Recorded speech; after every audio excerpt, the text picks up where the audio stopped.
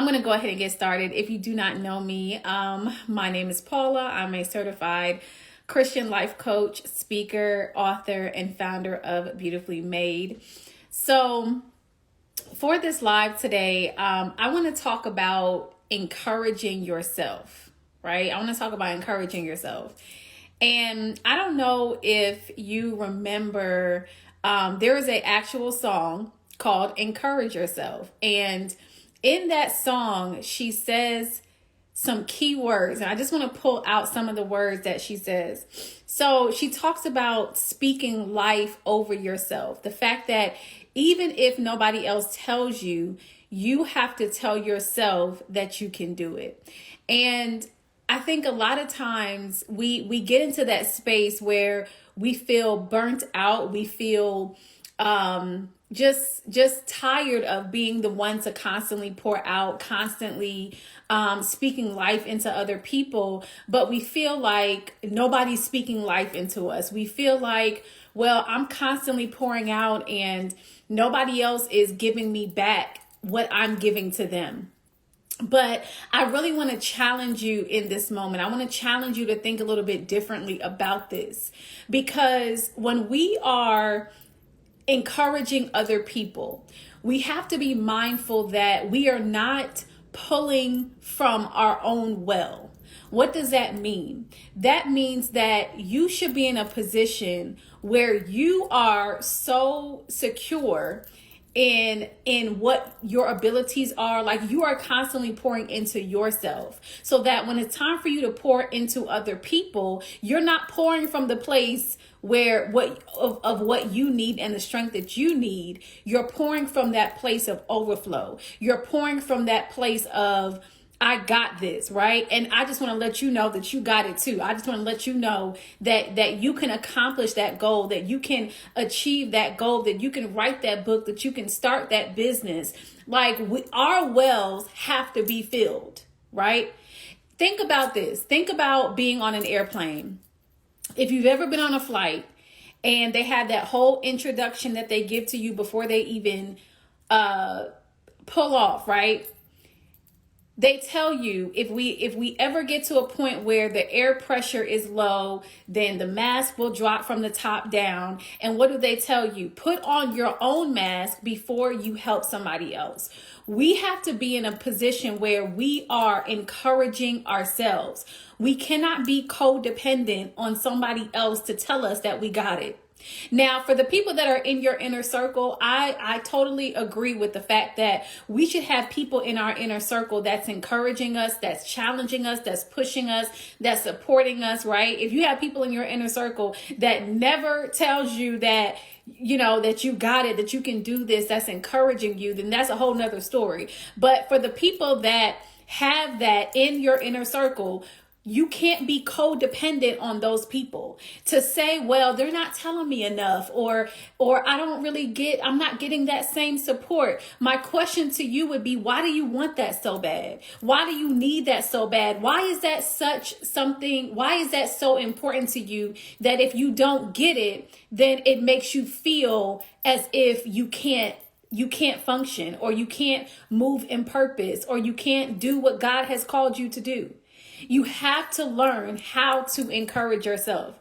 One of my favorite people in the Bible is Esther, because I believe that Esther had to learn how to encourage herself. On Esther's journey, when the king was looking for a new queen, Esther was essentially drafted with all these other girls, right, to be presented to the king to possibly become queen. It wasn't her choice. She couldn't raise her hand and say no. She couldn't do any of that. She was drafted in. Okay, she was drafted into that, right? So she gets drafted into this whole process. And I think it's 6 months to a year that Esther has to go through this whole process of beauty treatments and all this stuff to get ready to see the king, right? Again, she's drafted not by choice. So let's just take that part right there. Can you imagine somebody just telling you what you have to do, and you're going through this whole process, not because you want to, but you're going through this process and you're like, why am I here? What if she didn't want to? What if she would have rather been doing something else with her life? But I'm sure in that moment, she had to encourage herself. If you've ever been on a job that you did not want to be at, but God has not given you the green light to go, what did you have to do? Encourage yourself to get up every day, get in your car and drive to a job that you don't like. We've all been there. I know I've been there, right? And so as you continue on in Esther's story, you find that, okay, she becomes queen. And when she becomes queen, now she has a whole situation to deal with. Because her cousin Mordecai comes and says, listen, your people are in danger, right? And you're in a position to save them. So you need to go to the king. Now, Esther was in a position where if she went to the king and the king did not call for her, that could be her life. That could be her life, right? And so Esther had to make a decision. But here's what I like about Esther. Here's what I love about Esther. Before Esther said, okay, this is what we're going to do. We're going to fast. We're going to pray for 3 days. And when we're done, I'm going to go to the king. And this is what she said. If I perish, I perish. Can you imagine? She's like, listen, it is what it is. I got to go. I got to do it.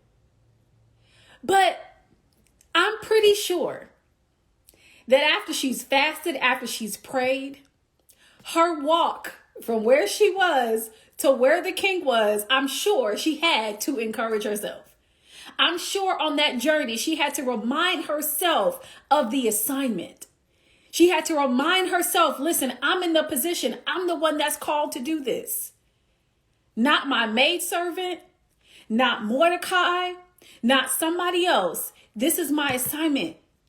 And she had to walk that journey by herself to the king because she had a purpose. She had an assignment. She didn't have somebody on her side encouraging her with each step to say, it's all right, Esther. I know you could lose your life over this. I know this could mess you up. I understand. She had to do that thing by herself. Something that could cost her life. And we're over here upset because we feel like, well, nobody's encouraging me. How can I go live on Instagram? How can I open the restaurant? How can I write the book? How can I do this and how can I do that? I don't feel like anybody really supports me. Y'all, let me help you. I'm talking to myself, okay? This is me talking to myself, all right? Y'all just happen to be in on this conversation that I'm having with myself, okay? But we say stuff like that. Like, ain't nobody about to support me on this. You have to encourage yourself. Let me go back to the song real quick, okay? She said, speak life over yourself. Listen, we all know life and death is in the power of the tongue. The more that you sit there and think about how you don't have the same qualifications, you don't speak like this person, you don't have the same degrees as that person, whatever, we talk ourselves out of stuff. We talk ourselves out of things. Out of purpose, out of our assignment, out of the thing that God has ordained for us to do. We talk ourselves out of it. And guess what? When you talk yourself out of it, that's a slap in the face to God.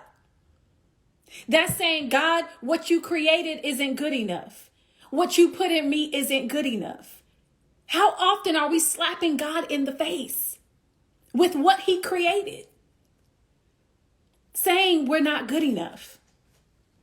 I can't do it because I don't have the degree.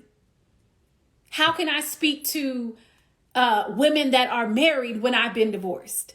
How can I speak to young women when I've had a child out of wedlock as a teenager? How can I do this? How can I do that? And we go through all of these why me's.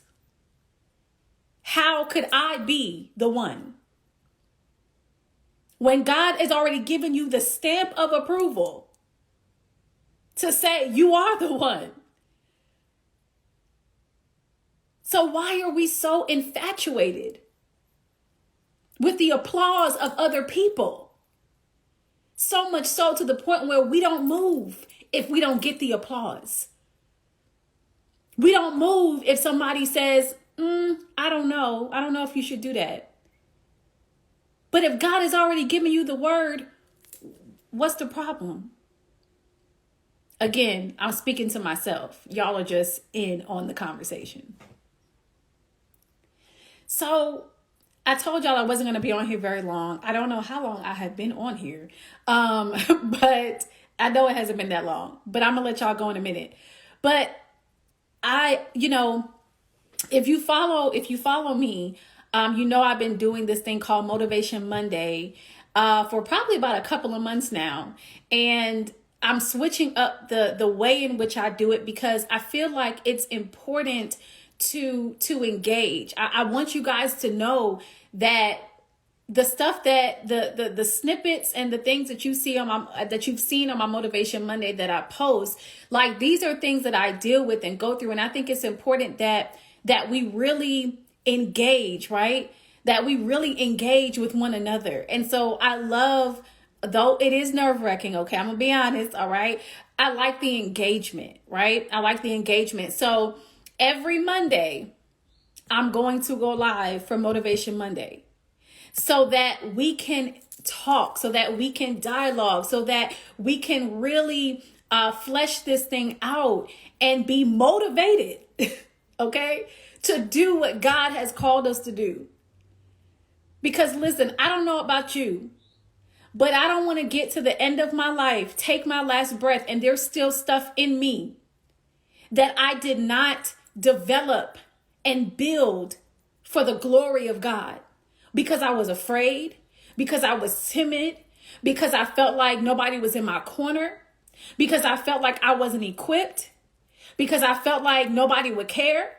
I don't want to get to that place where God is like, you had so much in you and you only did this much because you were afraid. You only did this much because you felt like you're not on the same level as other women. You only did this much. I don't want to be that. I don't want to be in that position. I don't want to slap God in the face with his own creation and what he's put in me. I don't want to keep telling God it's not enough. I don't want to keep telling him that. So my encouragement to you is, or my question to you is, what are you waiting for?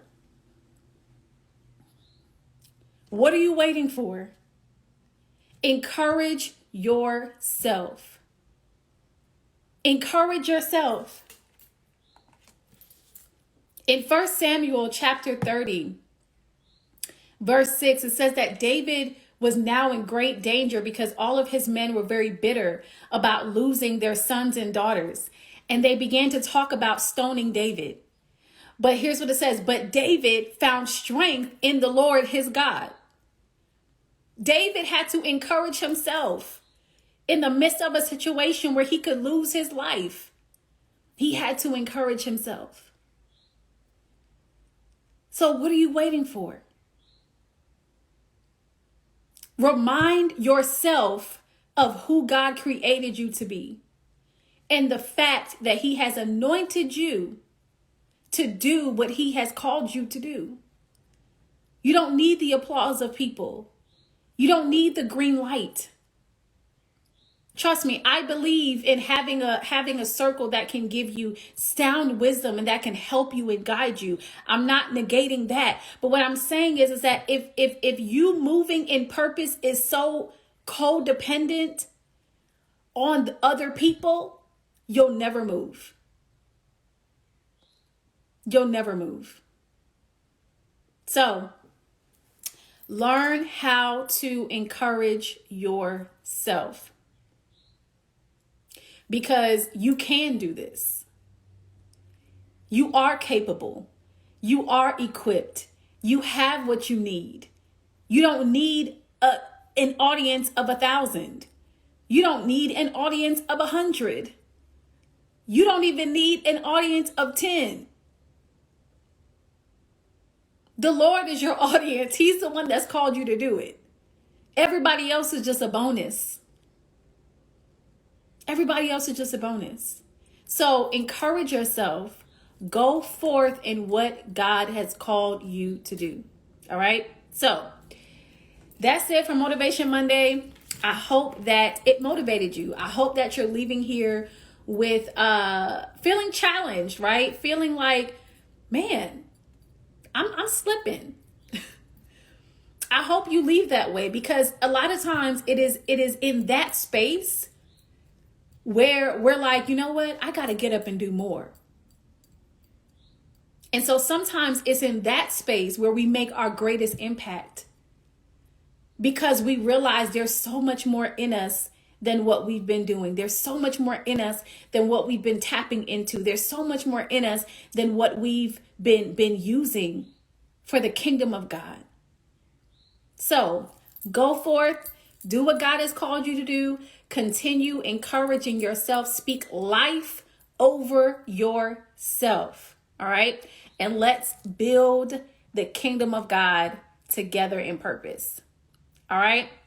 So thank y'all so much for tuning in. Again, if you don't know what I do, I am a certified Christian life coach. I'm a speaker, author, and founder of Beautifully Made, which is a ministry that is dedicated to serving women and young girls. I'm all about helping women to find wholeness in God so that they can thrive in relationships, all right, and in life in general. So if you want to know more about me, you can go to my bio, click my link, and there's some good things there for you. But until then, I will see you all next Monday. All right. Come back. Come back for Motivation Monday. All right. See you all soon.